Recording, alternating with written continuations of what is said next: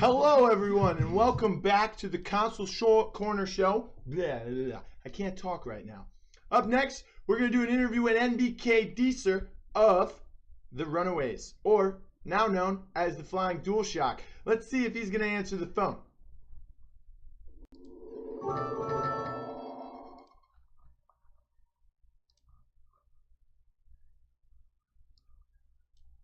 Hello.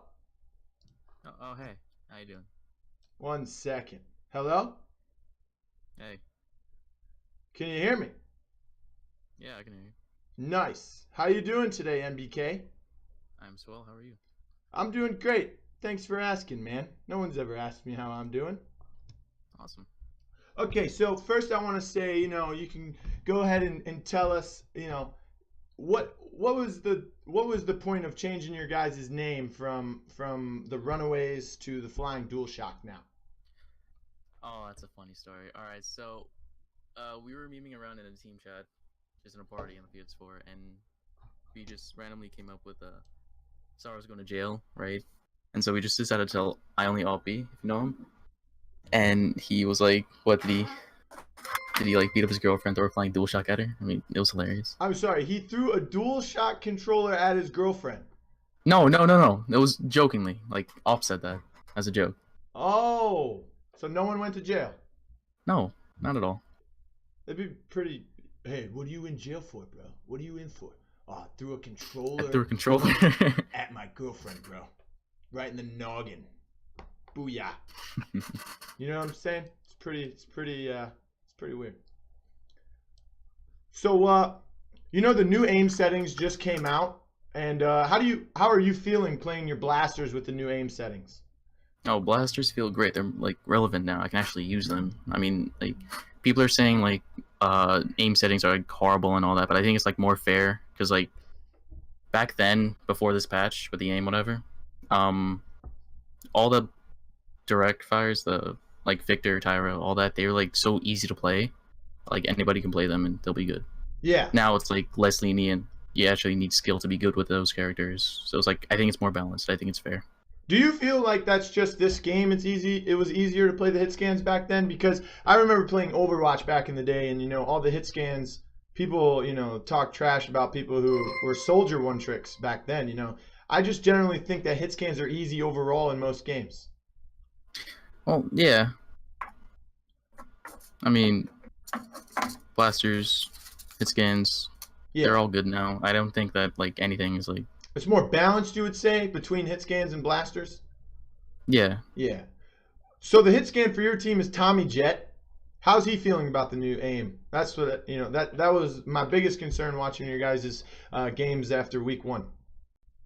He's more like a 50-50 on it. Like, he finds it to be more harder, but it's more fair, Yeah, more fair. Okay. Well, and you're known for, first of all, what's NBK stand for? Can you tell the people what that stands for? All right, it stands for Ninja Booty Kicker. Ninja Booty Kicker. Yeah. Okay, and where'd the dolphin thing come from that you do all the time? Oh, it was an old friend of mine. He taught me it, and it was like I thought that was like the coolest thing I've ever heard. So I was like, "Yo, can you teach me?" And he was like, "Yeah." So yesterday, we were webcamming each other, a little private session. You know what I mean? And Yeah. you did it, and I said, I thought you had like, I've heard you do it 1,000 times in the PlayStation parties all the time, and I thought you like had a thing on your phone where you would click it and hold it to your mic, but you actually do the dolphin noise with your mouth. Yeah. It's just like a cheek thing with my finger. Can you do it right now? Wow, it's creepy, but it's cool. It's cool. Yeah. What do you think about the whole entire Invig and Super Special and the Streets of Drury Lane situation? How do you guys as the Flying Duelshock or Runaways, how does your team feel about that? Because I know you guys had some bad blood with them in the past. Sorrow was actually once on the Invig squad with them before creating Runaways with the rest of you, and I know there's been a lot of bad blood there with the Cobra Commander and the Team Trader team and all of that. Like, how do you guys feel about what's going on with them right now? All right, me personally, I try not to have beef with anybody. I try to stay like on good terms with everybody, like no matter what. Like if we have problems, I'd be like, yo, let's talk about it. I don't want to be like on bad terms with you. But like other people, you know, they might have other ideas and they just don't want to like be in contact with, you know, NVIG or whatever. Yeah, is it like a Like, is it a thing that comes up in conversation like, hey, you guys are in a scrim against someone else and like you guys are talking about something and it's just like, oh, so and so said this. Like, does it ever come up in conversation like that? occasionally, but we try to like pay no mind to it. Okay, okay. So you guys are like, who cares, right? Yeah, not a You big guys deal. only engage on Twitter and all the things where you can meme about it. Yeah, it's like unnecessary drama, you know? Like there's really no reason to have it. Are you guys actively scrimming them? Not currently. No? No. Would you if they asked you would you guys scrim them? I would do it definitely. I would say like we're definitely top teams and it can go either way. Like with LAN coming up and updates coming, things can change. Okay. All right, we're gonna let's see. Let's see here. What do we got?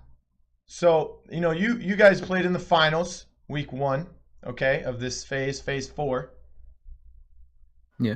And how'd you feel playing Drogos, especially on that because I know you weren't doing so hot and my man Rain Day was just he You're talking was about the Jack Falls game. yeah, the Jag Falls game. You know, I'll bring it up Alright. on screen here for everyone to see. We've got some of the clips here. It's just, you know, you're shooting nothing. You're shooting nothing. You know, you get a good fire spit here and there. You actually got quite a few good ones. There was one point where you tried to ult the Fernando about half a mile away from the rest of your team, and then he ulted. So, you know, just that was a waste of your ult, which is okay because that's the counter play there.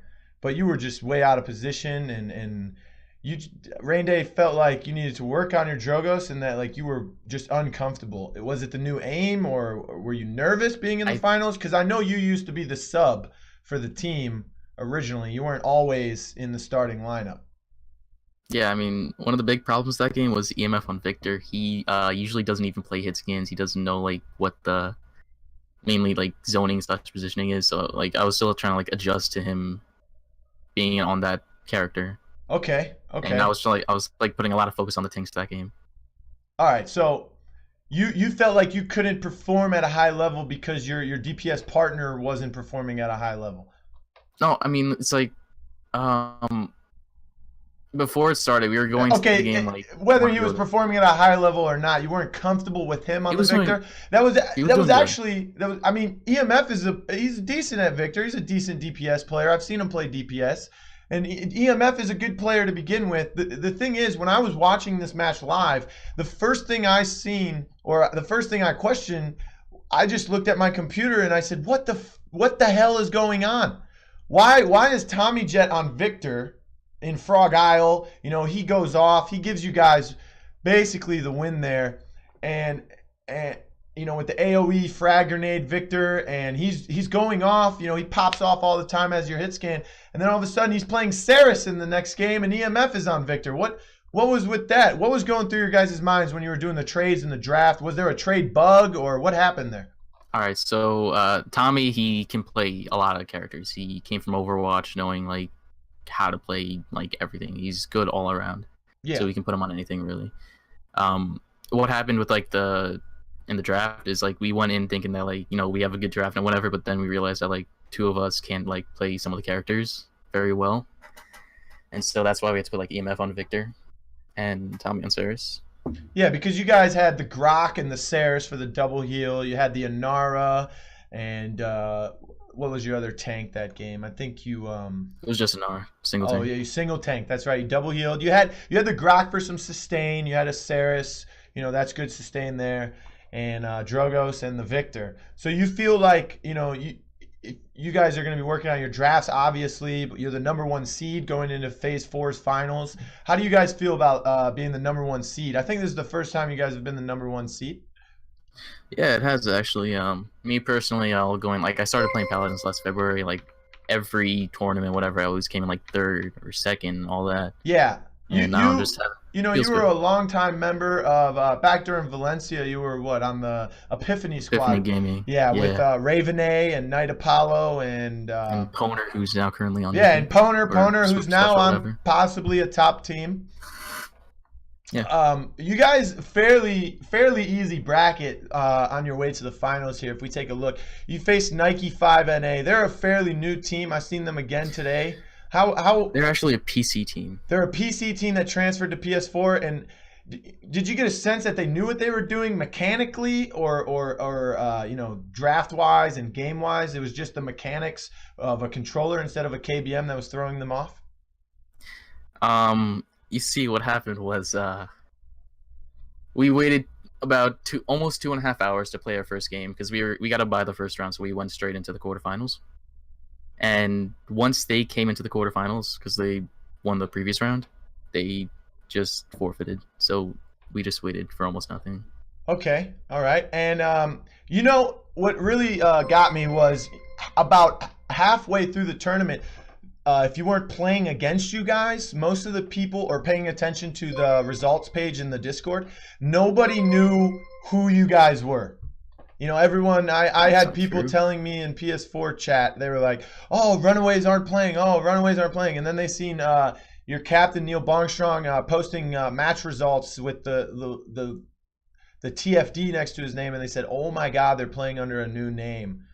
How I see you guys went against the new Streets team and you 3-0'd them. How was that possible? What happened there? Do you think maybe because they just got this lineup, they need to mesh together, or were you guys just like over dominant over them? What walk us through those games?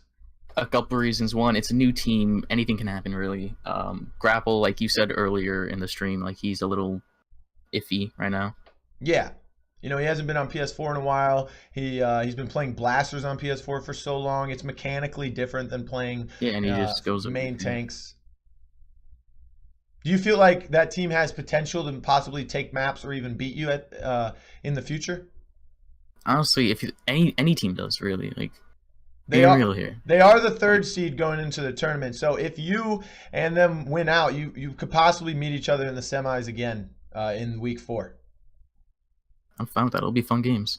Okay. And in the finals, it was a great finals.